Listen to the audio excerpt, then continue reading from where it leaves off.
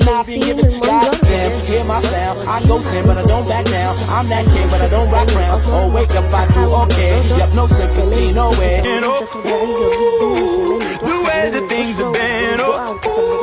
وبتشيل الجلد الميت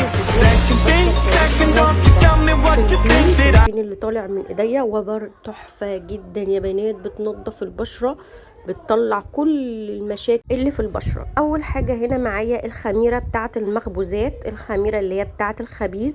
خدت كيس خميرة فورية وحطيت عليها حوالي معلقتين حليب كبار، وهبدأ ان انا اقلبهم كويس لحد ما الخميرة تخمر معايا وتبدأ انها تتفاعل مع الحليب.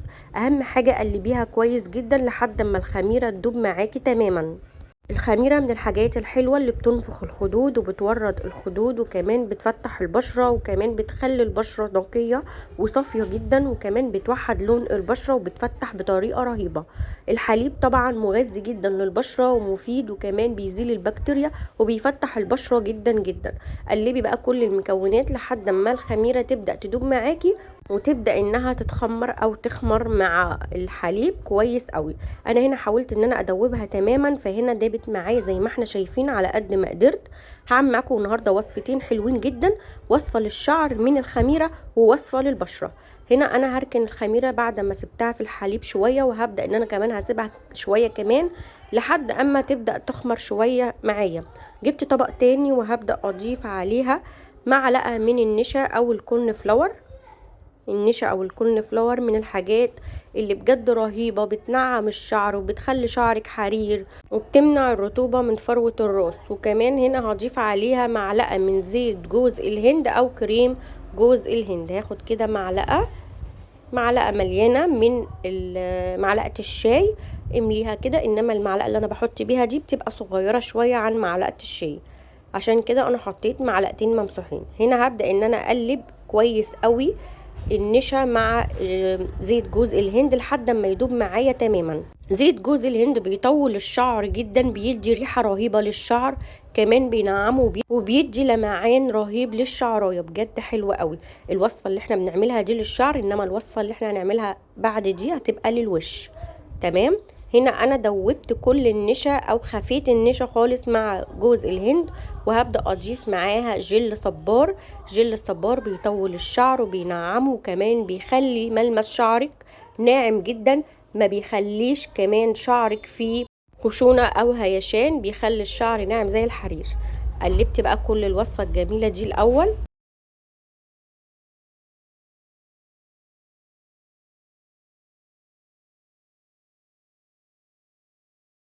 تمام، بصوا قلبتها كويس ونعمت معايا ازاي، ده المهم. طبعا على فكرة انت تقدري تضيفي او تضاعفي الكمية حسب ما انت حابة. هنا بقى هبدأ ان انا اجيب معايا الخميرة اللي احنا عملناها بالحليب، وهبدأ اضيف منها معلقتين 3 كده. عايزه اقولك الخميره بتفرد الشعر زي البروتين واحسن، بترطب الشعر جدا، بتخلي ملمس الشعرايه تحفه، مفيش هيشان مفيش تجاعيد، بتخلي الشعر ناعم قوي وملمسه حلو، كمان بتدي طول تحفه. هبدا بقى ان انا اقلبهم كويس قوي لحد ما يبقى معايا زي الحمام الكريم.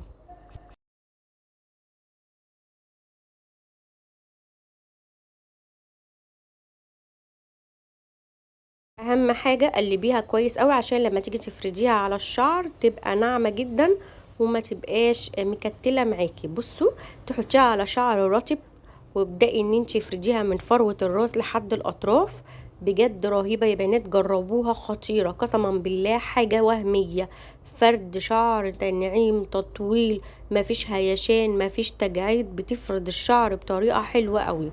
هنا انا خلصت اول وصفة احنا عملناها للشعر من الخميرة، حلوة قوي وريحتها كمان تحفة جدا. يلا بقى نركنها ونعمل وصفة البشرة، بجد جميلة. يعني انت معاكي وصفتين، هتدلعي بشرتك وهتدلعي شعرك كمان. هنا الخميرة بالحليب اللي احنا عملناها. تمام. قلبي بقى كويس لحد ما احس انها دابت، وهبدأ ان انا اضيف عليها معلقة من النشا او الكورن فلاور. عايزه اقولك النشا من الحاجات اللي بتمتص الدهون، وكمان بتخلي البشرة مش مزيدة، بتبيض البشرة بطريقة رهيبة، بتفتحها، بتنورها، بتسحب الدهون الزيادة، بتقلل المسام. حاجات كتير قوي قوي بجد موجودة في النشا، فمهما تقولي عنه بجد فوائده حلوة قوي. هنا بقى هقلب النشا كويس قوي لحد ما يختفي معايا في الخميرة.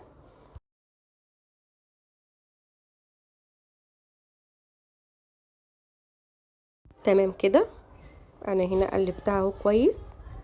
اهم حاجه وانت بتقلبي اخفي كل اللي موجود تكتلات، اخفيها، حاولي قلبي كويس عشان تختفي معاكي وتبقى ناعمه زي ما انت شايفه كده. تمام.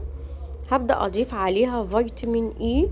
الفيتامين يا بنات من الحاجات السحرية للبشرة، بجد بتشد البشرة، وكمان مفيدة جدا للبشرة، وبيصغر سنك لأنه بيغذي البشرة جدا، لأن بشرتك بتبقى محتاجة الفيتامين ده. فأنا بحب أحطه في الوصفات، فهنا حطيت حوالي كبسولة من الفيتامين إي، وهبدأ إن أنا أدوبهم برضو. حاولي دايما فيتامين إي يبقى متاح عندك في البيت. يعني انتي لو ما بتستخدميش الفيتامين والحاجات دي كلها، لازم تكون عند كل بنوتة وكل سيدة. بجد حلوة قوي الحاجات دي، لازم، لانها فعلا فعلا بتدي او بتغير بشرتك 180 درجة. هنا هبدأ ان انا احطه على البشرة، هو بيبقى خفيف زي ما انت شايفة كده. حطيه على كامل الوجه ما عدا الانف، كامل الوجه ما عدا الانف، لانه بينفخ الخدود، بينور البشرة، كمان بيديها نضارة، بيديكي كده توريدة حلوة اكنك حاطة بلاشر، بيخلي بشرتك طبيعية جدا، بيخلي بشرتك تحفة. انا هنا بسيبها تنشف تماما، يعني انا هنا سبتها تنشف ربع ساعة بقى تلت ساعة، المهم انها تنشف. وابدأي افركي، نزلي الجلد الميت، الشعر الزايد، خلي بشرتك كده تبقى منورة بجد حلوة قوي قوي. بصوا انا بفرك ازاي، بنزل كل اللي في البشرة. الفرك ده يا بنات بيجري الدورة الدموية، بيزيل الشعر الوبري اللي هو اللي انت ما بتعرفيش تطلعيه بالسويت او بالفتلة في الوش. كمان بيخلي البشرة كده نضرة، بيفتح البشرة، بينورها. بصوا اللي في الطبق ده لونه طين على فكرة، يعني انا بصوا غسله ايديا قبل الوصفة وهغسلها كمان تاني، بس مهما تفركي بينزل كل البلاوي بجد اللي في البشرة.